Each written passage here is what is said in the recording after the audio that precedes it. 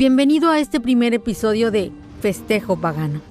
A lo largo de toda esta serie estaremos hablando de varias festividades que tanto tú como yo hemos podido creer que están de acuerdo con las enseñanzas de Yahweh y de su Hijo Yeshua.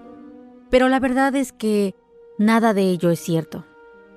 No es la intención irrespetarte o hacerte sentir mal, pero el mandamiento es que una vez que conozcas la verdad, la llevemos por todo el mundo, porque detrás de este gran engaño al que hemos sido sometidos durante miles de años, se esconde una verdad que nos hará libres, una verdad que nos llevará por el camino correcto para ofrecer real adoración al único y verdadero Dios, Yahweh Sebaot, o en español, Señor de los Ejércitos.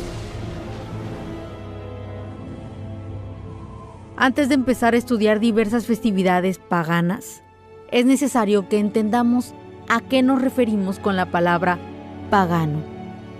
Según el diccionario, la palabra en cuestión proviene del latín paganus, que quiere decir aldeano campesino. Durante la época del apogeo católico, a mediados del siglo IV, este término también en latín pasó a hacer referencia a un gentil, de forma despectiva, por la resistencia que ofreció la población rural a la cristianización de sus creencias. Era sencillo con el deseo de Constantino en el siglo IV de convertir a todo el imperio en decadencia a la nueva religión, catolicismo. Hubo resistencia de varias provincias a dejar de llamar a sus dioses por sus nombres y comenzar a llamarlos por los nuevos nombres que les habían dado. Después de cristianizar el calendario de festividades religiosas romanas, sí, así es, todo el movimiento fue una estrategia de mercadotecnia para que el imperio, a punto de pasar a la historia, como tantos otros, hallara una nueva forma de prevalecer. Solo que ahora no sería a través del poder político-militar, sino por medio de la única cosa que trasciende en el ser humano, derivada de la eternidad depositada en él, la necesidad de creer, su fe. Me encantaría decirte que esto es historia pasada, pero hasta el día de hoy seguimos viviendo bajo el dominio del Imperio Romano, pues celebra sus fiestas, y no las de Yahweh. Levítico 23, Éxodo 20 del 1 al 3. ¿Crees lo que te enseñaron sin preguntarte siquiera por el origen real de eso que tú y yo llamamos fe? Ahora bien, la palabra pagano en hebreo significa, según el diccionario Strong, con el número H1910, hace alusión a Hadad Rimón, cuya referencia se encuentra en el libro de Zacarías, capítulo 12, versículo 11. En este pasaje del libro del profeta Zacarías, se hace referencia a un lugar que debió estar situado en la llanura del valle de Megiddo, Zacarías 12:11, y que suele identificar con Rumana, población ubicada a unos 7 kilómetros al suroeste de Megiddo. El gran plañido o lamento en Hadradimón, mencionado en la profecía de Zacarías, quizás haga alusión al llanto incontrolable del rey Josías, muerto en batalla en Megiddo. Segunda de Reyes 23-29, Segunda de Crónicas 35-24 al 25. No obstante, algunos asocian esta lamentación con ceremonias de duelo en rituales semejantes a las que celebraban por el dios falso Tamuz, descrito en el libro del profeta Ezequiel 8:14, y opina que Hadradimón era el nombre compuesto de dios falso. De hecho, ese dios se llama Hadad Rimón, divinidad siria, que tenía un santuario en Damasco. Naamán y su rey tenían la costumbre de prosternarse o rendir culto en su templo. Segunda de Reyes 5:18. En Asiria, donde recibía el nombre de Rimón o Ramán, se hallaba entre los 12 dioses principales, y era el que estaba sobre las tormentas, la lluvia, los relámpagos y el trueno. Bajo los rasgos de destructor de las cosechas, suscitaba el terror. Como dios de la fecundidad, recibía adoración. Era el mismo que Hadad, dios supremo de los sirios, llamado Hadad Rimón, algo así como el Zeus de los griegos. Ahora bien, te preguntarás, ¿por qué saber todo esto es importante? La razón es simple, para conocer la verdad. Y no se trata de que creas ciegamente lo que hoy te exponemos, sino de que vayas a las Escrituras y corrobores si lo dicho aquí es verdad, para que entonces tú hagas lo que Yahweh dice en Deuteronomio 30. Escojas. Entonces, recapitulando, la palabra pagano significa aldeano. Tiempo después de la nueva religión, el catolicismo lo llamó de forma despectiva para dirigirse a los miembros de las provincias, que no aceptaban que el emperador Constantino cristianizara sus dioses y festividades para revivir su decadente imperio. Y en este punto hago un paréntesis para decirte que esta nueva religión nada tiene que ver con lo que hacían los primeros discípulos de Yeshua, que dicho sea de paso no son romanos, son judíos. Ellos estaban predicando el evangelio, palabra que significa buenas noticias. Pero, ¿cuáles buenas noticias? Esas que venían descritas desde la Torá. Me refiero a los mandamientos. 613 distribuidos en 5 libros, que después el Señor, por medio de Moisés, entregó al pueblo de Israel sintetizado en 10, de los cuales 4 son exclusivamente para Yahweh, y 6 cómo debe ser nuestra relación con el prójimo. Éxodo 20. Deuteronomio 5 del 1 al 21. Y esto lo menciono porque quiero llevarlos a la misma sensación de sorpresa que yo sentí cuando Yahweh me permitió descubrir todo esto, con el único propósito de salvarme de un engaño fraguado perfectamente durante siglos y siglos, a simple vista de todos. Esto no es un ataque contra una religión particular.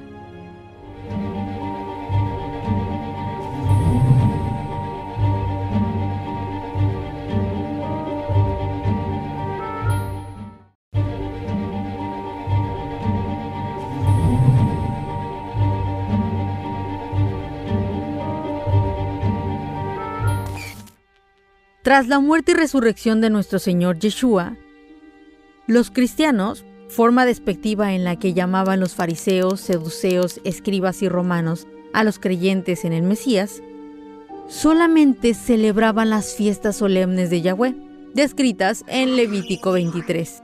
Pesaj, panes sin levadura, primeros frutos, Pentecostés o Shavuot, trompetas, Día del Perdón y tabernáculos. Y todo esto lo podemos ver en las referencias que ellos mismos hacían sobre las festividades. Por ejemplo, el apóstol Pablo decía en su primera carta a los creyentes en Corintio, en el capítulo 5, verso del 7 al 8, así: desháganse de la vieja levadura, quitando a ese perverso de entre ustedes. Entonces, será como una nueva masa preparada sin levadura, que es lo que realmente son. Cristo, nuestro Cordero Pascual, ha sido sacrificado por nosotros. Por lo tanto, celebramos el festival no con el viejo pan de perversidad y maldad, sino con el nuevo pan de sinceridad y verdad. También nos queda reflejado cuando el apóstol Pablo escribe otra carta que había propuesto pasar delante de Efeso, por no detenerse en Asia, porque se apresuraba por hacer el día del Pentecostés, si le fuese posible, en Jerusalén. Hechos 20:16. Pero estaré en Efeso hasta Pentecostés. Primera de Corintios 16:8. Fue más adelante, a partir del siglo III de nuestra era, cuando se empieza a conmemorar fiestas que ahora todos conocemos. En general, el cristianismo de entonces quiso asimilar en la forma las antiguas conmemoraciones paganas, incorporándolas a sus ritos, pero no se dieron cuenta de que eso era imposible y que se alejaban de la voluntad de Dios, que quiere que su pueblo no se contamine con los rituales del mundo. Por mucho que se cambien los nombres de las deidades paganas por nombre de Santo, Virgen o el propio Señor, el trasfondo sigue siendo el mismo, y el profeta Isaías lo describe bastante bien. Apartaos, apartaos, salid de allí, nada inmundo toquéis, salid de en medio de ella, Purificaos, vosotros que lleváis las vasijas del Señor. Isaías 52:11. Hasta el siglo IV de nuestra era, no se comenzó a celebrar el nacimiento de Yeshua, pero sin concretar, por la tradición de una fecha fija. Así hubo dos fechas, 25 de diciembre y 6 de enero. La primera es la que instituyó en el Imperio Romano de Occidente, mientras que la segunda lo fue en el de Oriente. Ahora bien, estas fechas no tienen una certeza cronológica con la verdadera fecha del nacimiento de Yeshua, pues la Escritura no menciona en ningún pasaje que haya sido en esta época, pero sí tienen una coincidencia con las festividades paganas de las religiones clásicas, tanto romanas como helenísticas, incluida la egipcia. Vamos a analizarlas por separado. 25 de diciembre. Era conocida en el Imperio Occidental como las fiestas del solsticio de invierno, por lo tanto, un culto pagano. En él se celebraba el término del acortamiento de las noches y el triunfo del dios Sol, con el alargamiento del día. Fue entre los años 324 al 325 después de Yeshua, cuando se decidió su institución como fiesta cristiana, pasando de conmemorar la llegada del invierno al nacimiento del Salvador. Por otra parte, el 6 de enero, otra importante fiesta, coincidía en tiempo y la era de celebración del nacimiento de Horus o la resurrección de Osiris, nacido de una virgen, Isis, y que seguía siendo virgen después del alumbramiento. Era la fecha de conmemoración de la fiesta de la luz. En esta fiesta se celebraba el nacimiento del sol. Así, en Alejandría, la noche del 5 al 6 de enero, se recortaba el nacimiento del tiempo. Aión, con una procesión de antorcha hasta el templo de Corión. En la procesión se entonaba el siguiente canto: La Virgen ha dado a luz, la luz aumenta, la Virgen ha dado a luz, el Aión. Este culto pasa a la cultura griega y es ritualizado en todo el Imperio heleno, cuando los Ptolomeos conquistaron Egipto.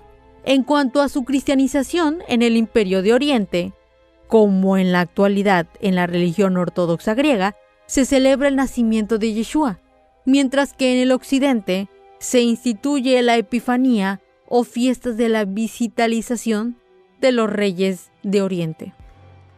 Y siguiendo las fiestas de diciembre, la fiesta del nombre del Señor Emanuel, esta fiesta se celebra el día 1 del año, es decir, el 1 de enero, que coincidía con la festividad pagana clásica del Año Nuevo.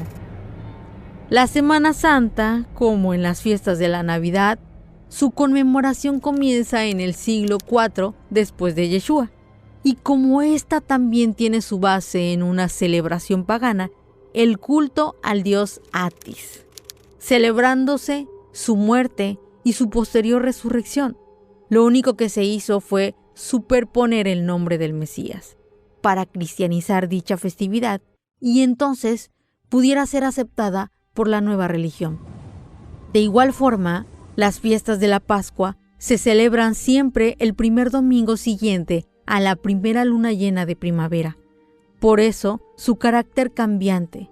Bien, esta fiesta es similar a otra egipcia que se celebra el mismo día, para conmemorar la entrada de Osiris en la luna. Nada que ver con la historia que nos han contado a nosotros, a nuestros padres o a los padres de nuestros padres.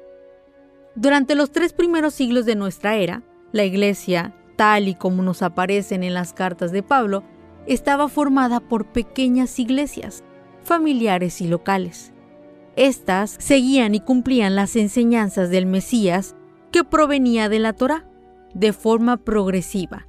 Las primitivas iglesias fueron haciéndose cada vez más grandes y numerosas, y por consiguiente, surge el problema de su organización.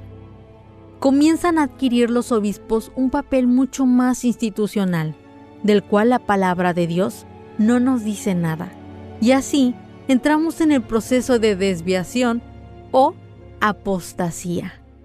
se mantienen reuniones o concilios para discutir sobre las cuestiones que afectan a la fe, y es aquí donde comienzan las importantes desviaciones del Evangelio.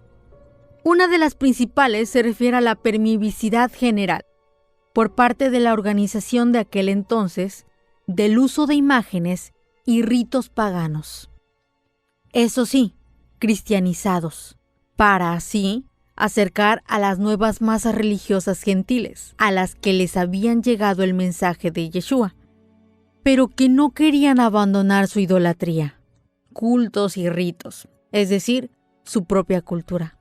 Ningún católico puede negar la importancia de los escritos del Antiguo Pacto o Tanaj, es decir, el Antiguo Testamento, puesto que debemos entender que está completamente vigente, eso sí, comprendido con la luz del Nuevo Pacto, o sea, con el Espíritu Santo que hace morada en las personas que siguen las enseñanzas de Yeshua. Partiendo de la premisa que nadie puede quebrantar ni cambiar los mandamientos, Mateo 5:17 al 20, y que toda la Escritura está inspirada por Dios, segunda de Timoteo 3:16. Si no eres un gran lector de la palabra de Dios, es decir, de la Biblia, o no conoces bien las Escrituras, podrás pensar que en algún lugar del Nuevo Testamento aparecerá la autorización para que el segundo mandamiento, es decir, el que prohíbe realizar y adorar imágenes de lo que está en los cielos, Deuteronomio 5:2, se acomode al decálogo de la religión católica. Pues bien, amigo, esto no se produce.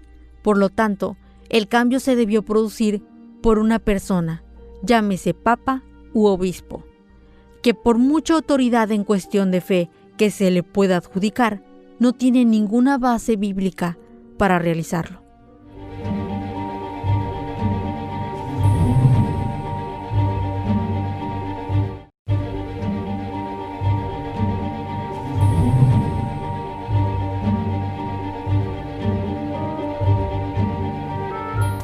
Si hay un Dios real, su nombre es Yahweh, y es la Torah misma. Y sí, su palabra es la revelación inspirada por Él para la humanidad a través de su Hijo, Yeshua, el Mesías. Entonces, debemos considerar cuidadosamente lo que ella dice sobre estos temas. Las Sagradas Escrituras dicen específicamente: examinadlo todo, retened lo bueno. Primera de Tesalonicenses 5:21. Una y otra vez, la Biblia muestra claramente que la mayoría de los humanos estamos engañados. Refiriéndose a los tiempos del fin, el apóstol Juan describe así al diablo: y fue arrojado el gran dragón, la serpiente antigua, el llamado Diablo y Satanás, el cual engaña al mundo entero. Fue arrojado a la tierra, y sus ángeles fueron arrojados con él. Entonces oí una gran voz en el cielo que decía: ahora ha venido la salvación, y el poder, y el reino de nuestro Dios, y la soberanía de su ungido, porque fue arrojado el acusador de nuestros hermanos, el que los acusaba día y noche delante de nuestro Dios. Apocalipsis 12:9. Dentro de este mundo entero que Juan cita, se incluyen los 2 millones de cristianos, miembros de las grandes iglesias, muchos de ellos engañados. Estas personas y sus predicadores no tienen la intención de hacer daño, porque una persona engañada no sabe que está engañada. Es importante que entendamos esto. Pero me salta una duda. Entonces, si los primeros cristianos, tal y como Pablo nos relata en sus cartas, seguían la instrucción contenida en la Torá, ¿cuándo llegó el momento de la desviación? La respuesta es simple, en cierta manera, por la tradición religiosa pagana. En el transcurrir de los primeros siglos de nuestra era, el Evangelio, que es la Torá, y los profetas, porque recordemos que no había Nuevo Testamento, fue predicado por el Mediterráneo. En estos pueblos, receptores de la palabra, chocaba una forma frontal, el que les hablaba de un solo Dios, y mucho más que ese mismo Dios hubiese venido a este mundo de forma tan humilde para dar su vida en sacrificio por nuestros pecados. Ellos creían en infinitos dioses y asimilaban en sus culturas a los dioses de los pueblos a los que conquistaban, e incluso tenían un pedestal sin imagen para el Dios desconocido, tal como nos relata Pablo en su viaje a Atenas. Porque traes a nuestros oídos algunas cosas que sorprenden. Queremos saber, pues, qué significa esto, porque todos los atenicenses y los extranjeros residentes en ninguna otra cosa pasaban el tiempo, sino en decir o en oír novedades. Pablo, entonces, puesto en pie, en medio del Areópago, dijo: Varones, atenicenses, en todas las cosas os observo, como muy religiosos, porque pasando y viendo de cerca vuestros santuarios, hallé también un altar en el cual estaba escrito al Dios desconocido, el que adoráis, pues a pesar de no conocerlo, a ese os anuncio yo, el Dios que hizo el mundo y todo lo que hay en él, siendo Señor del cielo y la tierra. No habita en templos hechos por manos, ni es servido por manos humanas, ni tiene necesidad de cosa alguna, pues Él da a todos vida y aliento, y todas las cosas, y de uno hizo todo el linaje de los hombres, para que habiten sobre toda la faz de la tierra, prefijándoles el orden de los tiempos y los límites de su habitación, para que busquen a Dios, por si tal vez, palpando, puedan hallarlo, aunque no está lejos de cada uno de nosotros. Hechos 17, 20 al 27. Por su propia cultura creían que tener un solo Dios era símbolo de pobreza, así que las diferencias eran muchas, pero no insalvables para el Evangelio, para los que se entregaron a Cristo en cuerpo y alma. Sin embargo, conforme transcurre el tiempo, la iglesia va siendo cada vez más numerosa, e incluso llega a convertirse en gente poderosa dentro de las instituciones del imperio, es decir, van teniendo cada vez más prestigio.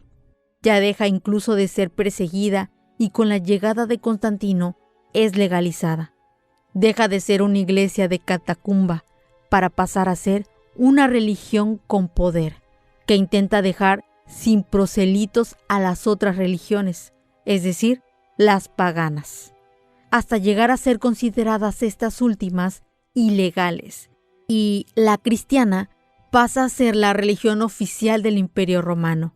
En este camino que ha tratado con tanta rapidez, pero de todos conocido, es donde se produce el hecho. La religión oficial del imperio, tal y como se ha apuntado, era politeísta e idólatra.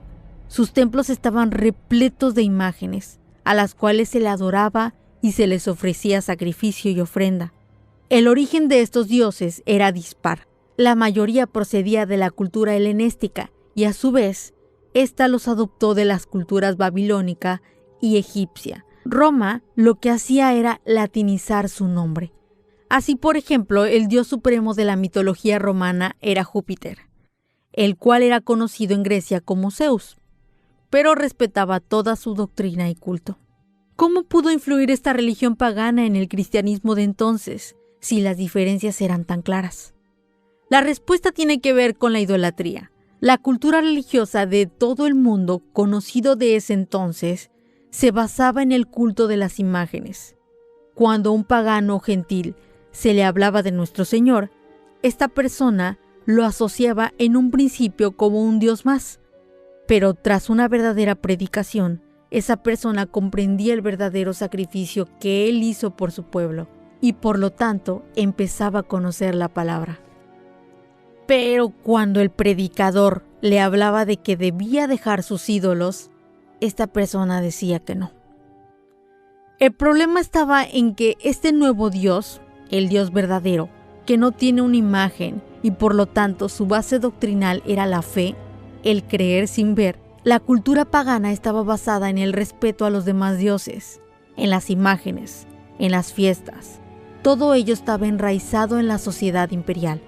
No digo que no existieran cristianos verdaderos que se entregaran a Cristo en espíritu y en verdad.